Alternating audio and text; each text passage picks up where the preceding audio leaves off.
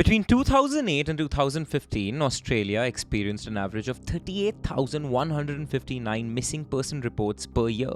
98% of these cases ended positively and were resolved with families finding their loved ones, usually alive.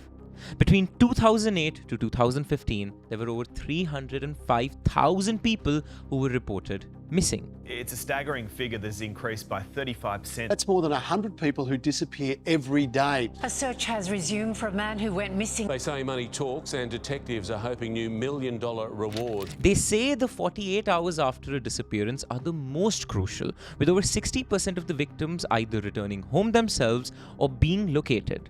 But what happens to the victims after these 48 hours pass? And do we ever hear news about the remaining 2%? This is the story of one such disappearance that belonged to the 2%. This is the story of Tej Chitnis.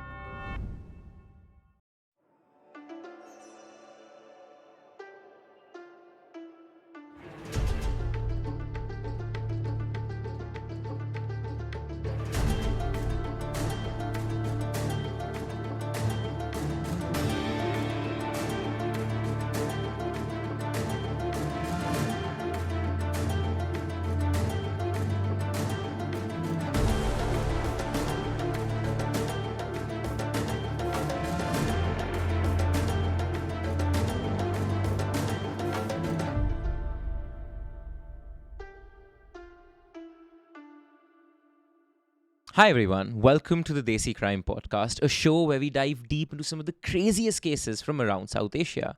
I'm your host Aryaan. And I'm Aishwarya. And the case that I have for you today is one which has more questions than answers. A case that makes you go, what if? Where? How?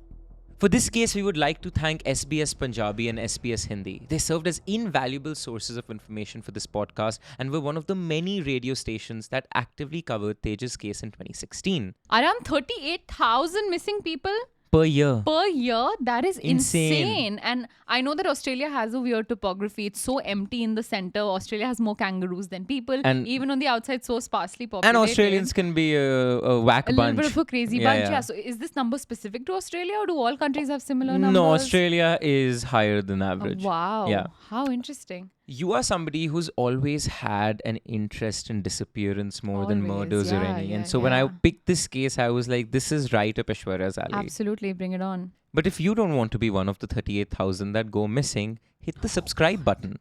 Otherwise, me and Aishwarya are going to be on your tail. Absolutely not. If you want to be found by your parents safe and alive, there's a red button down there that you can click and we guarantee your safety. I make no such claims. I love you all. Just go subscribe because I love you all.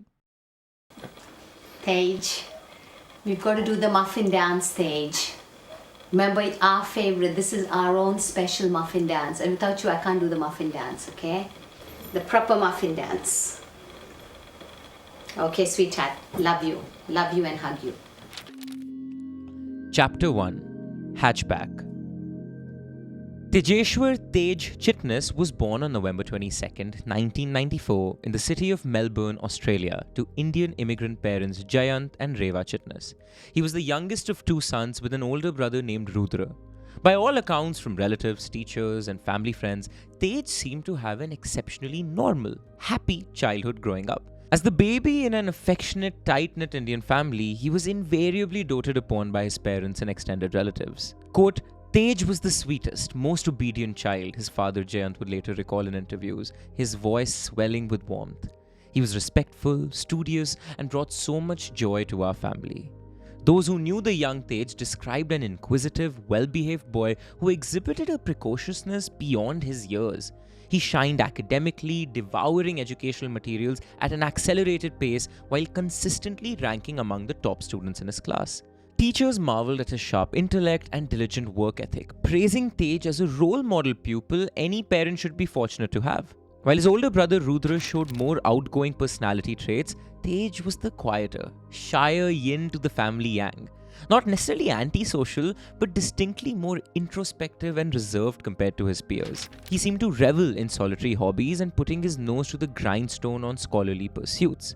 From painting to chess to computer programming, the activities that captivated Tej most aligned with his innate capacity for learning. Quote, he kept so much to himself as a child, staying in his room, reading or studying for hours on end, Reva fondly reminisced about her youngest son. We'd have to pull him away from the books to go play outside sometimes. This intense drive for academic achievement extended through Tej's adolescent years. In high school, his profound intellectual gifts blossomed into a deep passion for the sciences, particularly biology and human anatomy. It was during this period that the young man decided to chart an ambitious career path into the medical field as a practicing doctor. Dazzled by the complexities of the human body, this just called out to Tej. With his sights set on someday attending an elite university, Tej diligently completed a diploma in health sciences immediately upon graduating secondary school in 2012. Then at just 18 years old, he got admitted to study health science at the Geelong campus of the prestigious Deakin University, one of the top programs in all of Australia. Aryaan, what an interesting campus from a horror fanatic standpoint. Yeah. Geelong is where Gaurav Tiwari had done his very infamous prison Hunt, investigation, yeah. where he saw that figure standing in the corner. I've personally visited the Geelong jail as well, and it's a really, Oh, no really shit. eerie, terrifying location. Yeah. And speaking of the Geelong campus at the Deakin University, Aishwarya, Deakin was one of those universities that I used to see at campus fairs Everywhere, all all the time, over, yeah, everywhere. yeah. So clearly there Common is with the Indian diaspora. common with yeah. the Indian diaspora, that's for sure. To Tej's family's immense pride, it seemed that he was well on his way to fulfilling his dreams of becoming a skilled physician. While the commute from the family's home in Burwood East to Geelong was an arduous hour-long trek via a train from Blackburn Station, Tej did not seem to mind the daily travel rigors. He diligently attacked his coursework with the same zeal he'd shown as a precocious child, frequently sharing his exemplary grades and high distinction marks with loved ones. The most Desi thing to do out there, right, Aishwarya? Absolutely. To share your grades and then your parents And for your reposting parents on to even Facebook. share it further, and yeah, It's such a matter circulating. of pride in Desi communities. Marks and academic success, and sharing it is almost, the way in America you show off when you've bought a new car or the latest Marks are appliance. that. Marks are that status symbol for India. And I have strong opinions on this whole culture that we have. I won't get into it now, but I have thoughts. Your opinions are soon going to come out. All right. But Tej's diligence extended well beyond just academia. When not devouring his university textbooks, he spent many hours earning a supplemental income through part-time job at Officeworks. For our Indian listeners, Officeworks is the biggest supplier of office and stationery products in Australia. The young man socked away his hard-earned wages, no doubt every now and then treating himself to indulgences like sinking his funds into his prized 2005 Volkswagen Golf Hatchback. Quote, that car was his pride and joy. He probably cherished it more than anything else, Tej's mother Reva would later lament about the silver Volkswagen her son was last seen driving on the fateful day he vanished.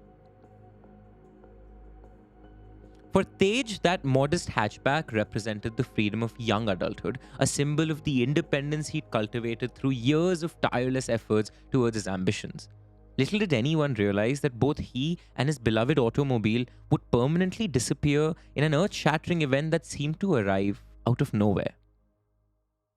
Hi Tej, I hope that wherever you are, you're safe and strong, and I can't wait to see you when you get back, whenever it is you decide to come home. You're my first and oldest friend, and I love you so much. Chapter 2, TTF 517. It was 27th April 2016. For 21-year-old Tej, the day began utterly routine. As was his typical schedule, he got up early to ensure he could make his usual commute from the family home in Burwood East. After parting ways with his parents and brother, Tej departed around 10 a.m. that morning behind the wheels of his cherished silver Volkswagen. Before leaving, Tej had mentioned something to his parents about needing to meet up with friends that morning in the city. With his characteristic charming smile, the young man cheekily warned his mother and father not to start the birthday festivities without him. You see, 27th April 2016 was also Jayan's 60th birthday. To make that day even sweeter, it also served as a farewell party to Rudra, who had been accepted in a prestigious university in Europe. Little did they realize that this carefree comment would prove to be the last time they'll ever hear their son.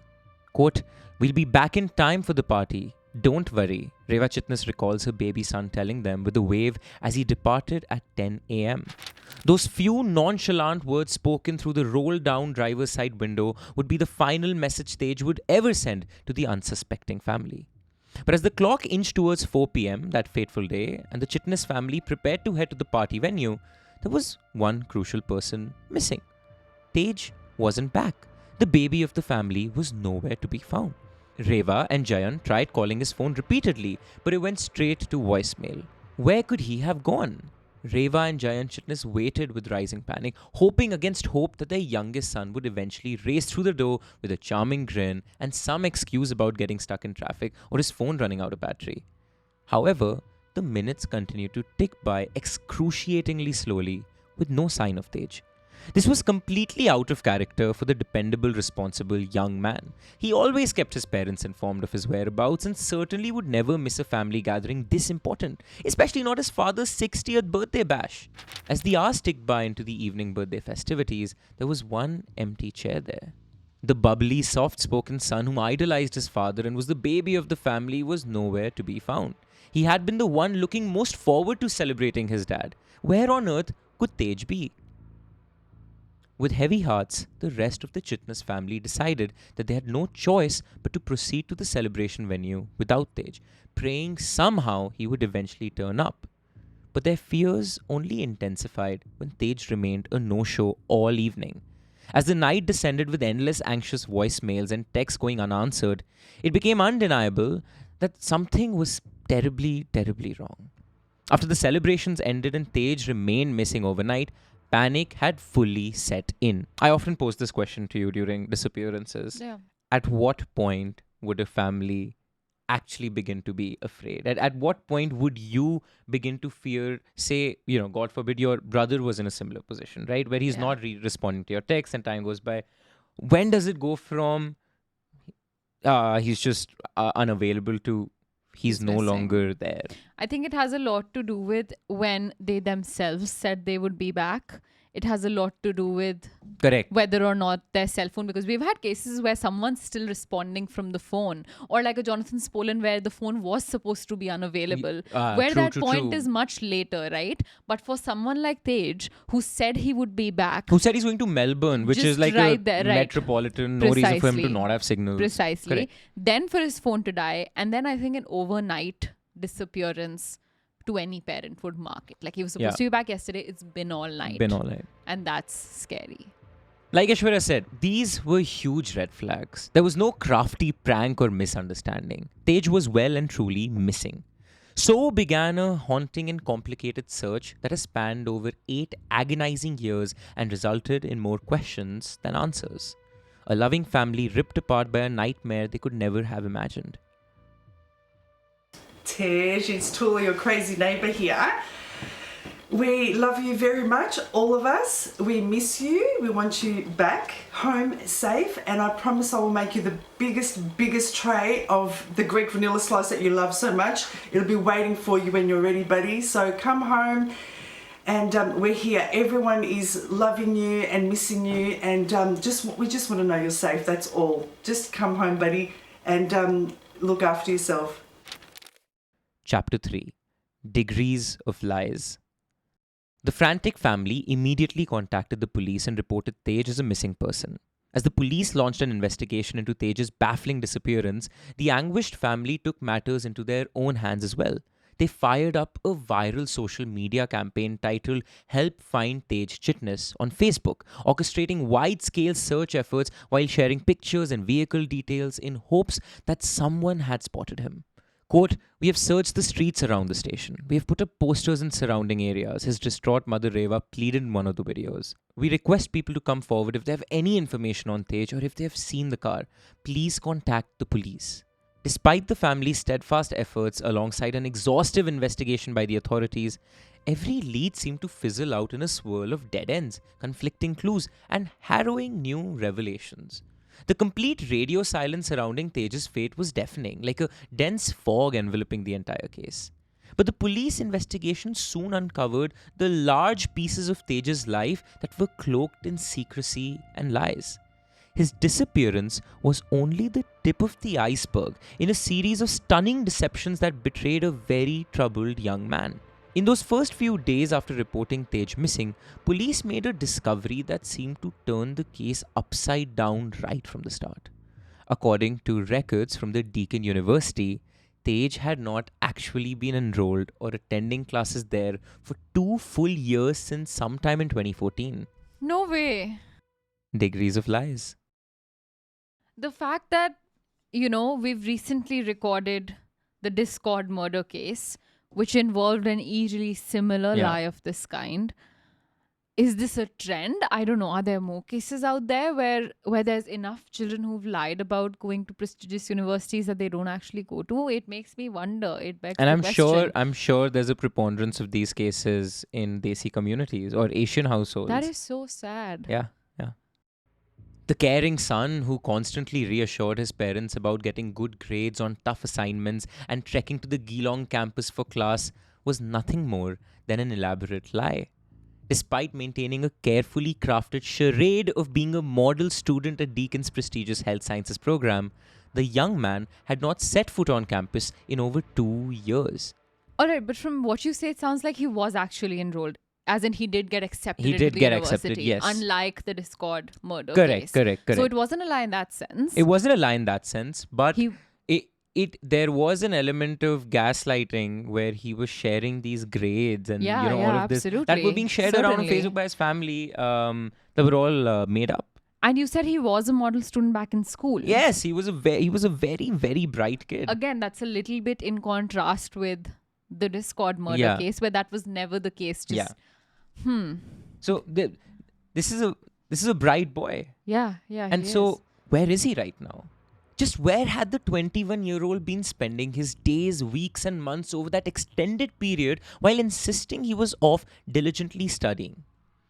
Interestingly, Tej did maintain his part-time job at Office Works during those 2 years, so he was at least upholding that illusion of normalcy in his life. But outside of those work hours, his whereabouts and activities remained a complete mystery. For 2 entire years, Tej had been leading a completely separate life from his family. Where had he really been going nearly every day when he tediously kept up the charade? More importantly though, what had compelled Tej to start living this double existence in the first place? This was a young man who by all accounts had everything going for him: a loving middle-class upbringing, excellent academic performance, and a bright future ahead in the medical field. The Chitnises described him as sweet, obedient, and deeply respectful. Deception simply did not seem in his nature. Or so it seemed. Interviews with Tej's inner circle of friends and close relatives painted a concerning picture. While the young man had always appeared cheerful around family events, he'd been growing increasingly distant and aloof in the months prior to his disappearance. Tej's own mother, Reva, revealed to sources that about a week before he vanished, her son had opened up about feeling overwhelming anxiety about his future and what path he should take in life. You know how people say, not people, but it's like a rule where you have to have 10,000 hours to master something? Yeah. So you kind of wish you found your passion when you were 12. I don't even know what my passion is yet. And I'd started when I was 12 and by now I'd be really good at it. Yeah. And it can turn into a career.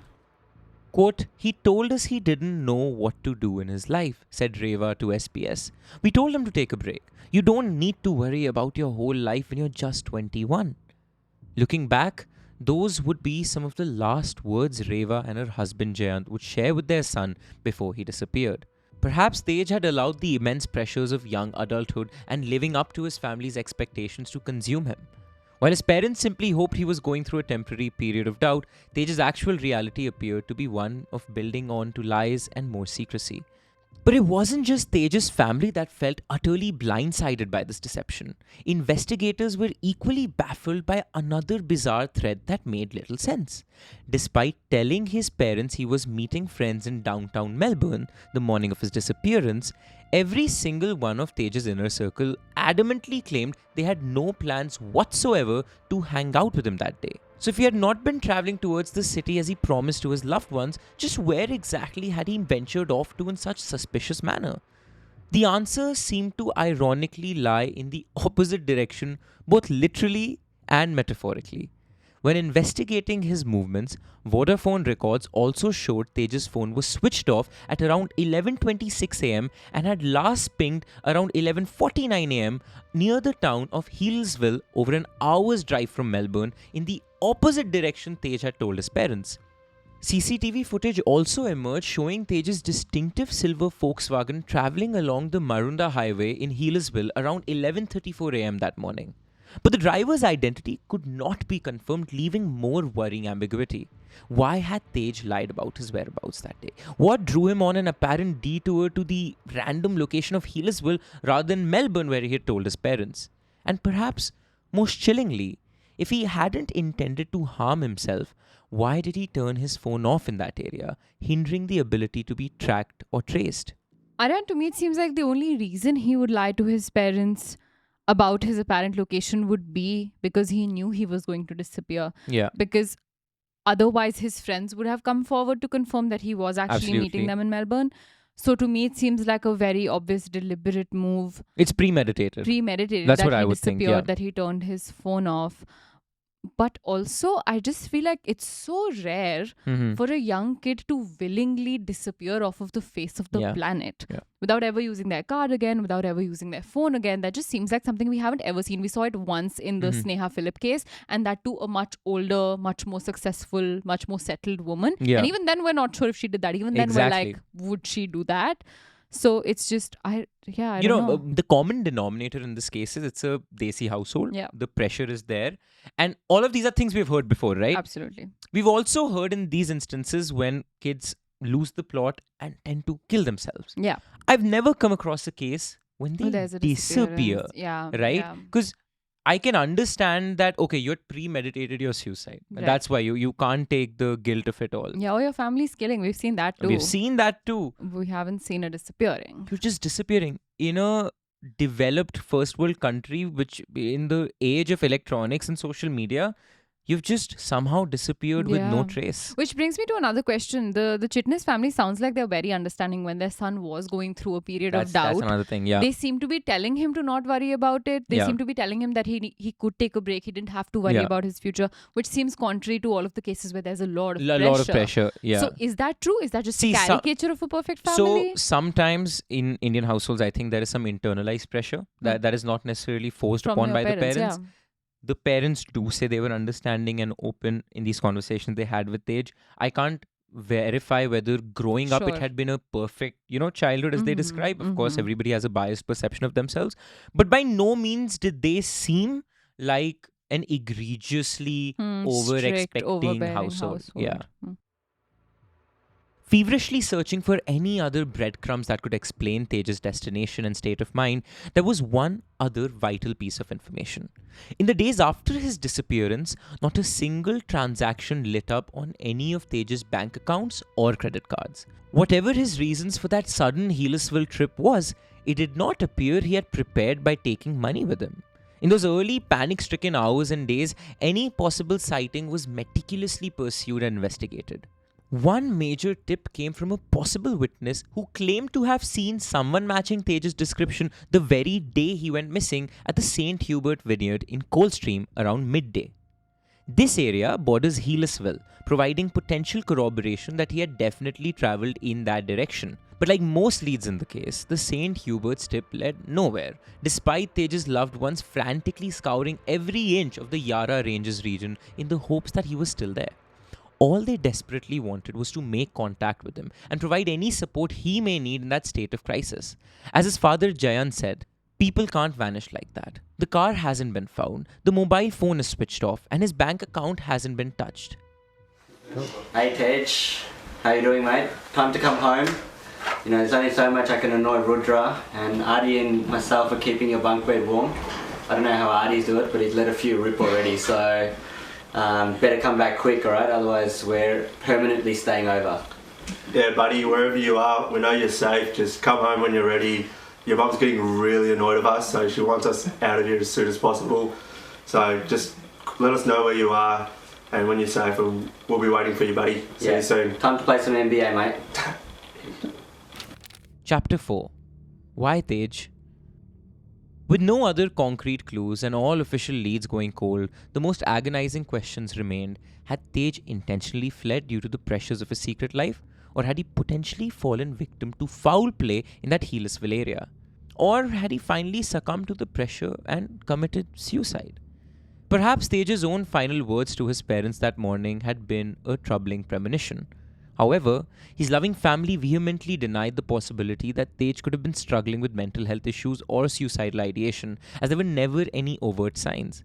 According to them, the type A personality overachiever always appeared upbeat and cheerful on the surface whenever they interacted, particularly around family obligations. I don't know, I understand why the family would say that, but I feel course. like we've seen this time and time and time again. And not just in the cases that we cover, but in stories around us where people who just seemed so incredibly happy. In fact, people somehow seemed happier once they had decided they were going to kill themselves, because the last few, those weeks or days of their lives, once they've decided they're taking their own life, they felt free of all of this pressure. And I've heard this description from countless people that a loved one who was suffering from a mental disorder suddenly became really happy until the day that they killed themselves. And so, these accounts, I know. Yeah, that was I know the where the case family is with coming from. Partho Day from the Kolkata case, where he was getting better than kill himself. And then he That's killed the case with himself. Anthony Bourdain. Absolutely. You would think he's the Incredibly most happy people. extroverted guy there is, and out of nowhere. Tej's warm smile and fun-loving banter never betrayed any sense that he could have been silently suffering from depression or darkness lurking within his psyche. But contrary to this, his own mother Reva confided to sources that just 1 week prior to that fateful morning, Tej had opened up about feeling intensely overwhelmed with anxieties about his future. He divulged doubts over what directions to take in his academic and career pursuits, sudden uncertainties that seemed wildly out of character coming from someone so diligent and always seemingly self-assured. Looking back through the lens of tragedy, those candid revelations from Tej now take on heavier, more ominous meaning. Could that moment of honesty have been Tej's way of crying for help amidst internal anguish his loved ones were blind to seeing? Or was it simply a brief bout of normal growing pains any 21-year-old might experience while finding their way in the world? For their part, Tej's family members insist they never once witnessed even remote signs suggesting that their universally described golden child could have been depressed. Reva has often expressed profound bewilderment and guilt over her son's eventual presumed demise, swearing she never caught so much as a subtle red flag to indicate something so catastrophic was brewing underneath.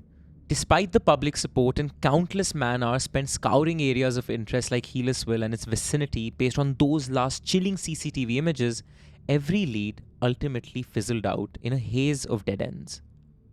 Hi Tej, we'll all love you very much. We want to know that you are safe.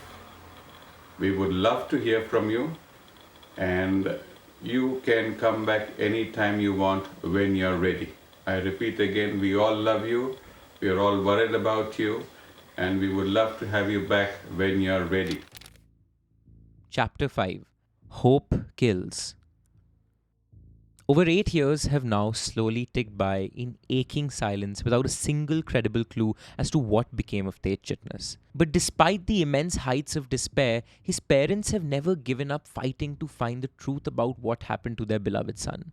In a gut-wrenching message posted to the Help Find Tej Chitnis Facebook page on Mother's Day in 2016, Reva openly poured out her torment. Tej, today is Mother's Day, and you can imagine what it does to me, not knowing where you are. It is most unlike you, my darling, to just walk away without a word and not to think what it will do to us. We love you very much and are very worried about you. Over the years, the Chitnis family has tirelessly worked to keep Tej's disappearance in the public consciousness in hopes someone, somewhere, might eventually stumble upon that key piece of the puzzle to solve the tragic mystery. In 2017, the parents partnered with the Unmissables campaign run by the non-profit Missed Persons Advocacy Network to feature Tej's face on large artworks and even coffee cups distributed at Australian Football League matches. The same organization's innovative Invisible Friends campaign even utilized advanced Facebook facial recognition technology to scan posted photographs for potential background sightings of missing persons like Tej. Most recently, in 2022, the desperate parents even appeared in an Indian television segment, once again pleading for any information while expressing their steadfast belief that their son remains alive, out there, somewhere after all these years. In a heart-wrenching televised interview, Reva seemingly spoke not just to the general public but directly to Tej himself in an emotional plea. One half of our life just stopped on 27th April 2016. We have no clue about the other half and where you are.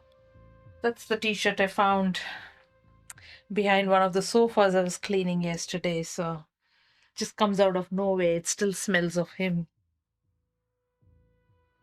Even attempting to celebrate ordinary milestones or holidays has become a solemn reminder of Tej's absence from the family. Reva revealed that for years they kept his grandmother purposefully in the dark about his disappearance during her birthday festivities, unable to shatter the joy of a special day with such devastation. Today is also Aji's birthday, and we have not yet told her that you are missing, Reva wrote in a Mother's Day message to her lost son. In many ways, the Chitnis family has been frozen in a permanent state of unrelenting emotional hell ever since he went missing. Like I said in the beginning, this case begets more questions than it answers, and Tej left behind a ton of them. Why did he lie about the university? Why did he keep the charade for so long? What did he do those 2 years when he was supposed to be in class? How did nobody know about him dropping out of college? And why Healesville? Was that journey planned? Why lie about Melbourne? Was it really Tej in that car in Healesville? And perhaps the hardest question of all, where is Tej? While the Chitnises relentlessly pursue their missing son's trail, if anybody in the Desi crime family, anybody watching this episode knows anything about Tej, go to the Facebook page Helping Find Tej Chitnis and share with the family whatever you might know. Before we end this episode, we have a message for Tej.